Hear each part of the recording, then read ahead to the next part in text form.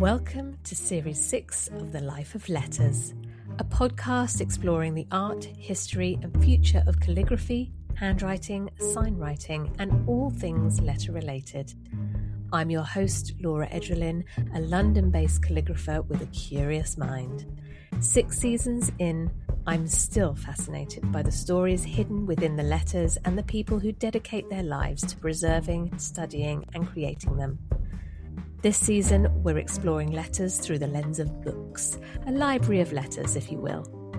As we begin another season of conversations and discoveries, I'm delighted that The Life of Letters is once again kindly sponsored by Speedball Art, champions of craftsmanship and creativity, helping keep The Life of Letters thriving across generations. In today's episode, I'll be speaking with Pooja Saxena, an award-winning typeface designer, lettering artist and typographer from India. She is best known for her design work with Indic scripts and her writing on locally rooted typographic cultures. Pooja is the author of India Street Lettering, a journey through typographic craft and culture, and co-editor of Primarium, handwriting education across cultures and continents. She currently runs her independent practice, Matra Type, and works as a senior typeface designer and project manager at Type Together. Pooja, welcome to The Life of Letters. I'm so happy to have you here. Thank you so much. Thank you. It's so great to be talking to you. The brilliant thing is we've got this lovely theme around books this series, and you've actually written quite a few, as we've mentioned. Also, alongside the two that we mentioned just now, you've done a lot of zines exploring kind of a kaleidoscope of scripts.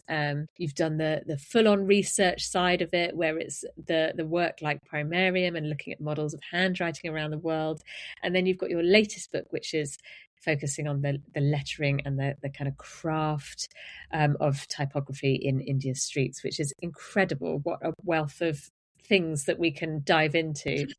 But where I'd like to begin is your own journeys into letters. Can you tell us a little bit about where that all started? So when I was finishing up high school, as I suppose one is expected to, I needed to figure out what I wanted to study, potentially do with my life. And I was actually open to doing a lot of things. So the way it works in India is that you have to give these exams to get into various kinds of universities or colleges. It isn't just based on like your grades in the final grade of school. And so I think decided to write like exams for being a lawyer and being a chef and being a designer. And at the time I'd been learning French. So I thought, maybe I could be like an interpreter at the United Nations. I was open to doing anything as long as it was interesting. But I think of all of those things, I think design was the one that drew me in most. And lettering specifically is not something that I thought I would do when I got into design school or like type design, even though it had been something that I had done as a kid a whole lot.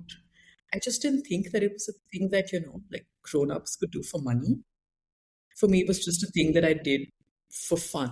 My dad, who's actually an engineer, is an incredible letterer. And like my books from when I was a kid would have like these gorgeously lettered like inscriptions. And like he still does that if he'll give me a gift. And so I spent a lot of my time as a kid trying to like write beautiful inscriptions, like not just like good, nice words, but also like nicely drawn words when I would give a gift to like a friend or something. So I'd always lettered. I just didn't know it could be something you could do for a living.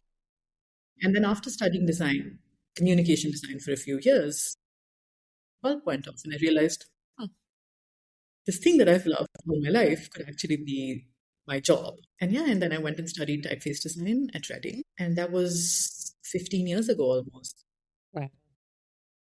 What a journey. Yeah, I love that. I think it's that realization that there's something that you're really interested in could actually be a career or a job or something that actually forms part of your journey in the world of work, right? I wondered if you could give us an introduction into the history of Indian scripts. And I know that's a bit of a big question, but maybe what are the key scripts that we should know about?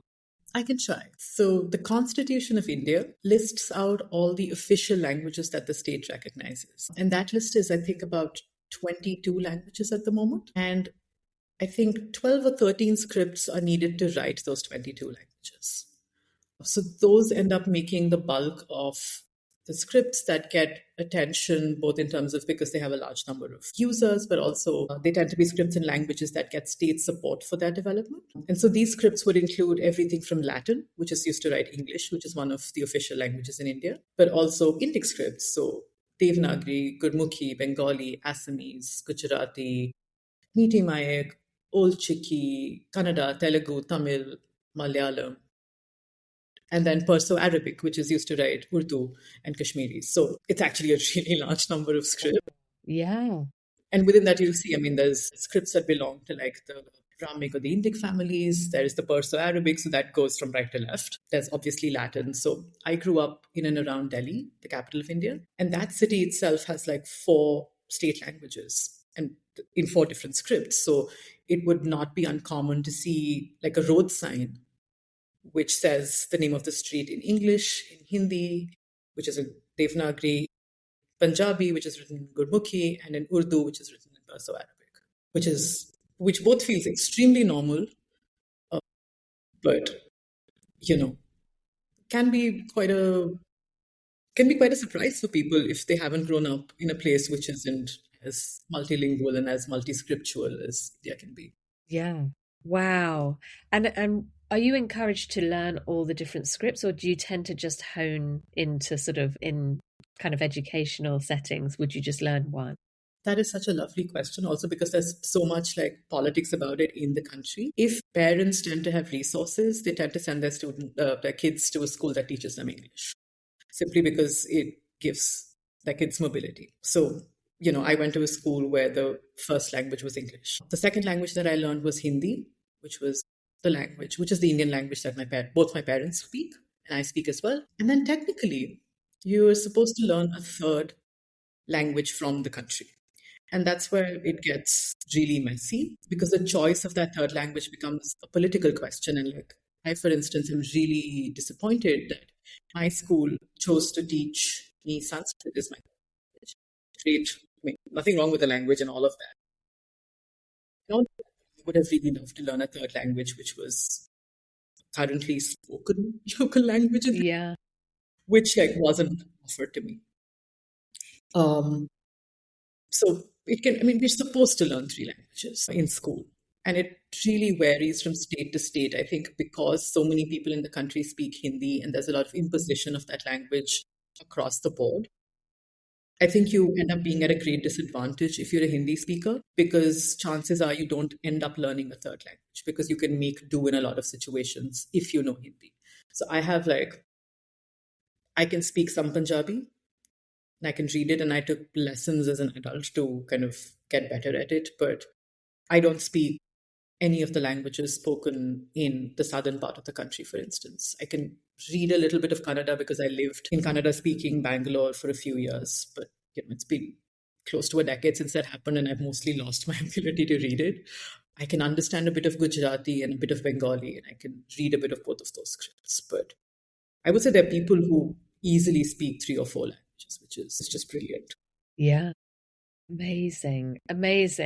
And getting into the kind of technical side of these scripts, I'm assuming, I don't know that I should assume, but do they have a similar look, or are they all very, very different? Like, are we looking at completely different characters and symbols? So there might be some of these scripts that look a little like the other one, but so like Kannada and Telugu look quite similar, not identical by any means, but quite similar. Bengali, Gurmukhi, and Devanagari all have a headline. Right. So the letters hang from that headline. So as a result, they can feel similar. Gujarati doesn't have a headline, but does function in the same way as these scripts. So there are like the essence of some shapes between Gujarati and Devanagari are quite similar. Mm-hmm. The same can be true of Gurmukhi and the other 2 scripts as well, but I mean, you can't assume that if you know the Hindi alphabet, the Devanagari alphabet, you'll just see Gurmukhi text and it'll make sense to you. It's a little bit like Cyrillic in Latin, right? Like, what is a lowercase n in Latin is not the same sound in Cyrillic. It just kind of looks similar. Got you. Yeah.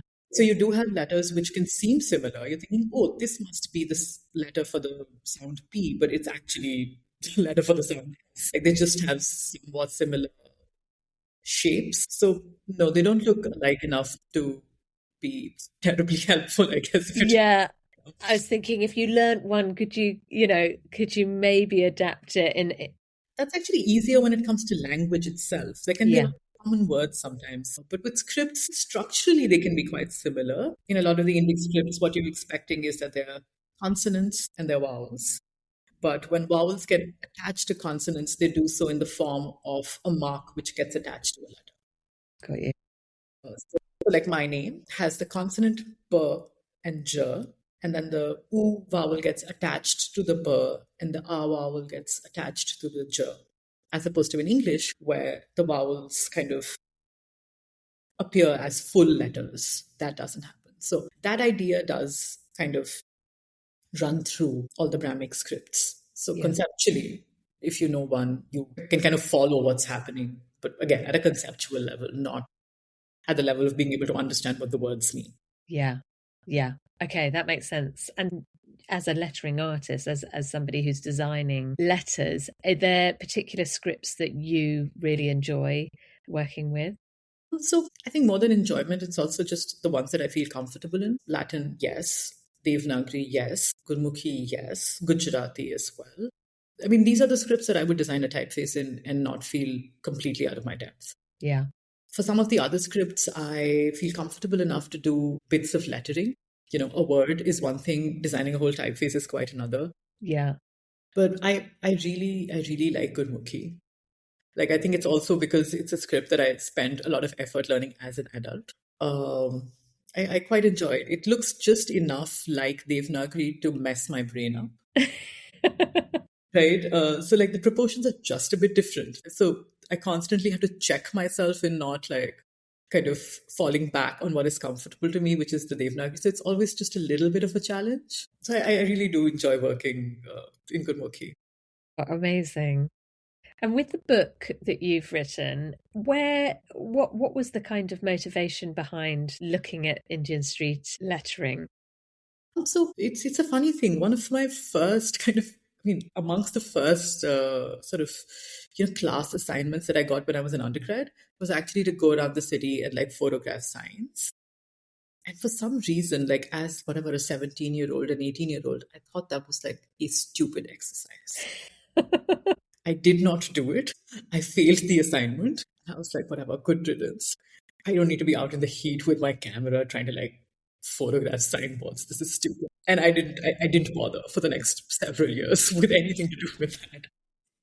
Then as I realized that what I wanted to do had to do with letter form, maybe there is a point. Like, uh, and so like I got a little bit more interested. I still wasn't documenting things or anything. But it's when I decided that I wanted to study type design and specifically do type design in Indic scripts.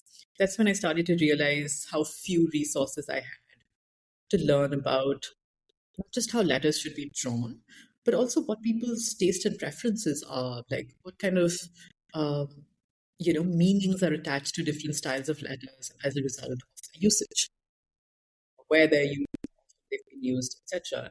And then I started looking at whatever I could look at to be able to gather information, right? And street lettering was one of the easiest things, just in terms of its pervasiveness, but also that you don't need a library card to go document it. You don't need to missions in an archive to document. You just need to ask the person who runs the shop if it's okay. They can, you can photograph the sign. That's it. So it's somewhat easy.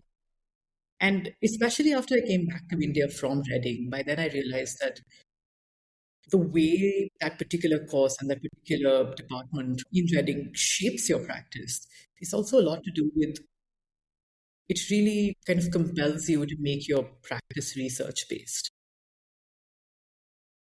To understand that whatever we are doing or looking at is in context. It's not just that, oh, look, such a pretty piece of design, but think about why it looks the way it does. Does it have to do with production techniques? Does it have to do with, the medium or the material? Who commissioned it? For whom was it commissioned? Who drew it? What time did it happen? What other things were happening in the world? What other things were happening in the city where it was produced? Was it a time of social turmoil? Was it a time of political change? And once you start thinking like that, then you want to continue working like that. And with the absence of kind of formal archives that I was used to treading, it kind of became, I had to build some of my own archives to be able to continue working like that. And looking at street lettering this way gave me a chance to do that. And it's only one of the things that I tried to do. Like, for instance, I have a massive collection of newspapers from around. And I collect a lot of ephemera. So I just tried to gather as much as I could in terms of visual material so that I could then start looking into it in the ways that I had learned, in the hopes that it would just make me a more, just a better informed just designer. Yeah. Yeah, I love that. And actually collecting kind of points of reference and absorbing yourself into a world of letters is only going to enhance that, right? So yeah, that makes complete sense. If you've been enjoying The Life of Letters, I'd love it if you'd hit subscribe wherever you're listening today. It's a simple way to support the podcast and make sure you never miss a new episode. And if you know a fellow letter lover, why not share it with them too? Now let's get back to the episode. And one of your articles that you've written, I want to say for I Spy with My Typographical Eye, is that your blog? Is that a blog that you've got? Or newsletter, a newsletter? Whatever you want. Yeah. Yeah. And that delves into the kind of world of letters as pixels with the world of needlework, which is the article that's really stood out for me. And I wondered if you could share a little bit about your favorite books on this subject, because I just found it a completely fascinating read. So this is again one of those things. I mean, one of the beautiful things about growing up is you realize how silly you were when you were younger, if that makes sense, right? And I write a little bit about that in the article as well, just in terms of how, like, when I was a kid, I just saw needlework or knitting or embroidery as feminine work that didn't have the same value as other things. Like, I didn't want to be, when I grew up, I didn't want to be a woman who was just doing, quote unquote housework. I wanted to be out in the world and have a career and all of those things, which is great, but not realizing that these other things have equal value, possibly more, because they have to be done in a way that isn't quite acknowledged or recognized by the world as, either as labor or as creativity, which is terrible. So I found my way and realized how valuable some of this work was. But also, I guess, kind of result of when I grew up and how I grew up is that I love pixel drawing, I love pixel lettering, I just love all of it. And when it clicked in my head that the kind of monogram that your grandmother might knit on your jumper, or like, not that you see them anymore, but again, my grandmom would have like these like handkerchiefs with like her initials embroidered on it. I mean, I guess that's what people's grandparents had. Those were all lettering. And I was like, I never thought of that. And then once I got there, I became really interested in learning more and more about it. And this was a time when this tool called FontStruct, I don't know if you're familiar. No. FontStruct is a free online tool for making modular or pixel typefaces. It's been around for years, and I think it was somewhat new at the time. And as someone who wanted to study type design, I was like, I'm going to make these really cool typefaces on FontStruct, right, as a way to learn. And the tool I kind of looked at to learn was that I'm going to first try and replicate these letter forms that I'm seeing in embroidery samples. And the book that I really and I found like a bootlegged copy online, right? Like, I didn't have a physical copy. Was this lovely, lovely book called A Handbook of Lettering for Stitchers. And it was by a Swedish author called, and I'm probably going to butcher her name, Elsie, which I'm guessing I'm saying right, Svenas. I don't know how to say her last name. And I found like this PDF of the book online, and like, it was just amazing.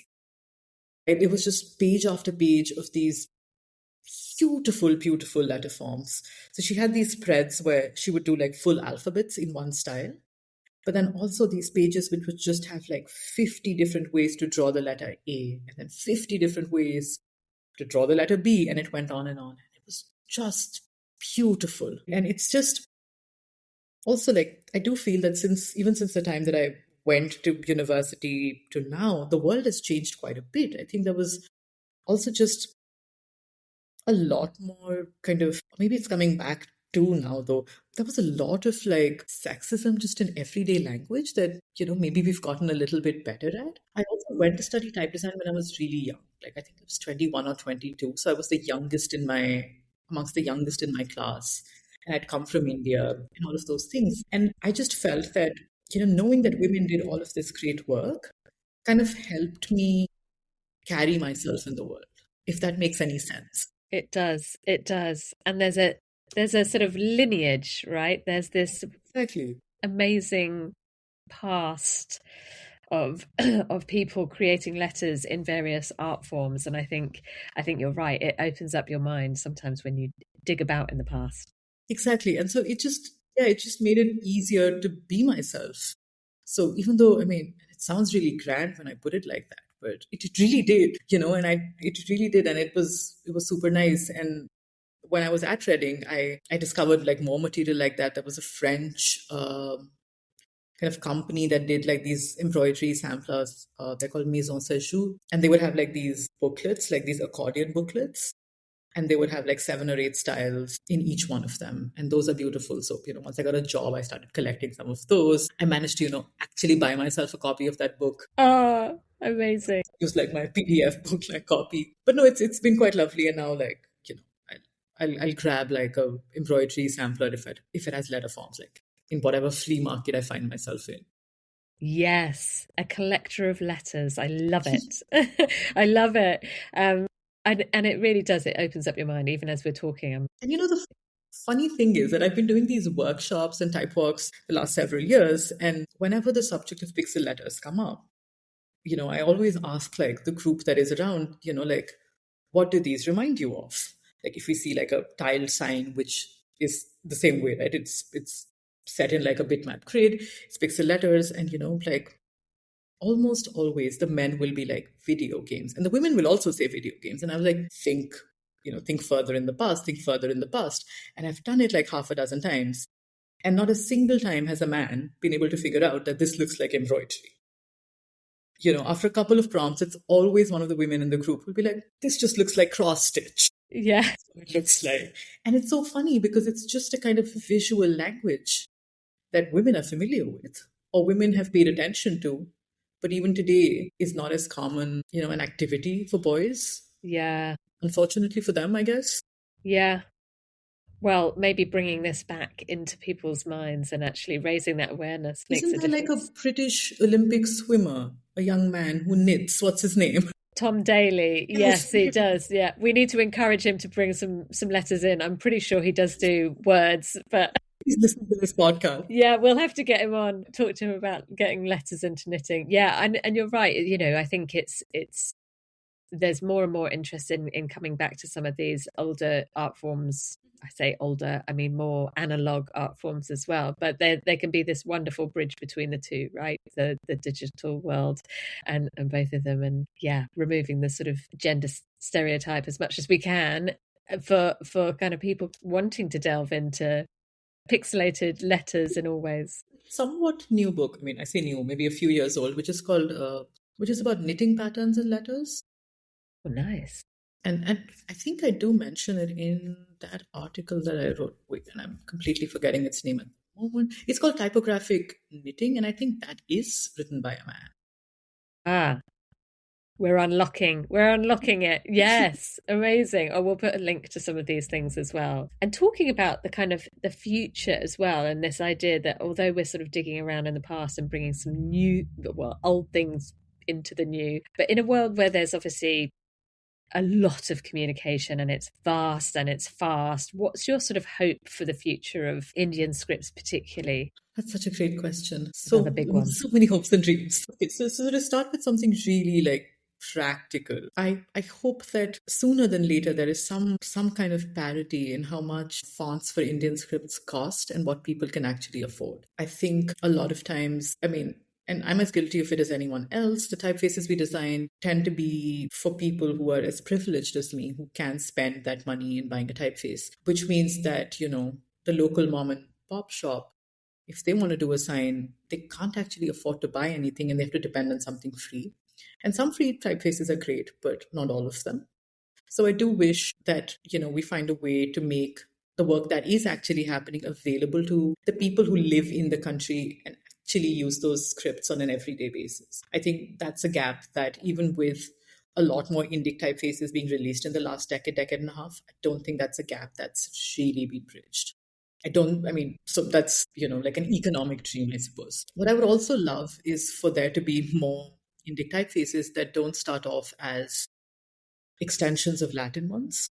And again, I suppose this is again an economic one, right? Because extending an already popular Latin typeface family is most definitely a more financially secure choice to make. But what that also means is that a lot more resources go into sort of reproducing in the Indic scripts, the taste and styles of another script, as opposed to being able to invest in typefaces which, are a continuation of the stylistic or the cultural lineage of any of these scripts. So I would very much love to see more of that because, I think both of those things really combine to turn into the bigger, more universal dream, which is just that, yes, communication is fast, but can it be more expressive and can it be more accurately rendered in Indian languages and scripts? And I think for that, we need more interesting typefaces, and two, people should be able to buy it. Yes.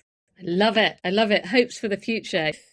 Pooja's taking this on. I like it. And what wonderful place to sort of leave it in our mind in terms of the opportunities where you can bridge those gaps, and they're all kind of things that sound fairly achievable, but you need everybody the collective to get on board. And last series, we asked a challenging question, which we're going to ask again. It's becoming our little mantra at the end. What is your favourite letter of the alphabet and why? And obviously for you, you've got quite a few different alphabets. Pick one script? Of course. Can I answer in multiple scripts? Please. Okay, so in Devanagari, my favourite letter to design, which also I both love designing it and absolutely hate designing it because it can feel like such a pain, is this conjunct form for the sound ksha. And yeah, so it is a combination of the letter k and the letter sh. So that's the one that I really, really like in Devanagari. In Gurmukhi, the shape that I really enjoy drawing is the letter which represents the sound L, which is like the sound L. That is one of my favorites in that script. Does it look very different to an L in Latin? Absolutely. Yeah. L is just this, right? Yeah, very boring. Yeah. Yeah, very boring. This one, considerably more, okay. I want to say complicated, but considerably more strokes to get this shape in order. Okay. It's a shape that I really like. It has both it has a corner, but it also has round shapes. It just has a lot going on in terms of variety of shapes, which I really enjoy. And I think in Latin, I actually really enjoy drawing the uppercase A. Yeah. Uppercase A, yeah. I think maybe I just like pointy corners. Yeah. But no, I enjoy the letter A. Yeah, lovely. And there doesn't have to be a reason why. Sometimes we're just drawn to these things, literally. Yeah. We'll have to get some images of the first two because I'd love to see those. We'll have to have a look at them there because I think it's lovely to see these different characters and letters as well from all sorts of different places around the world. I think is beautiful, especially when actually one single place has so many different scripts as well. Like what a rich and kind of diverse place to live. So yeah, that huge thank you to you for obviously even creating these books and being part of the wonderful world of books. Is super fun. I mean, I wish I could do more of it. Are there more in your kind of future, do you think? There might be some stuff. Yeah, that's all. Also, I do want to give a shout out to the Alphabets book that is just come out. I don't know if you've seen Alphabet Soup. Alphabet Soup. Yeah, that's a book by the group Alphabets, which is like a group of designers, typeface designers, lettering artists who identify as women, and it's a beautiful, beautiful book that's just come out, and you should check it out. I'm 100% going to check it out. Yes. And some drawings, but so do I think I want to say almost 100. Definitely many dozens of, designers from around the world. Yeah, amazing. And a previous guest, Chris Camper, who's on series 5 with us, is one of the alphabets. Yes, and this is fellow alphabet.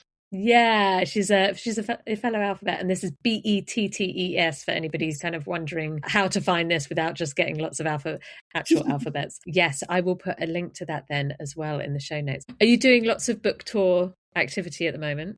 No, I did a bunch in India before I came. I traveled to, I did 5 events over 4 weeks. It was nuts. Wow. But it was also absolutely lovely. And then I'll do a little bit of traveling in this continent, I think in the summer, maybe a couple of online events as well. And then back to India later this year and do some more events.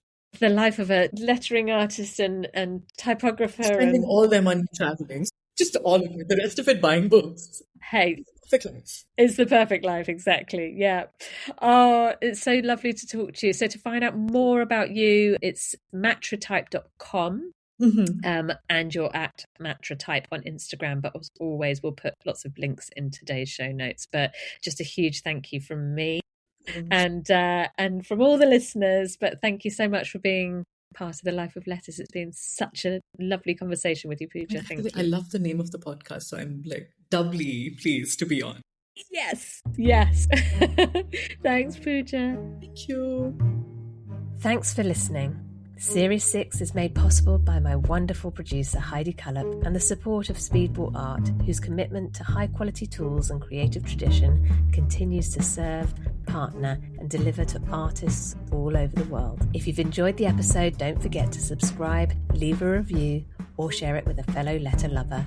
And until next time, keep listening, keep creating and keep celebrating the life of letters.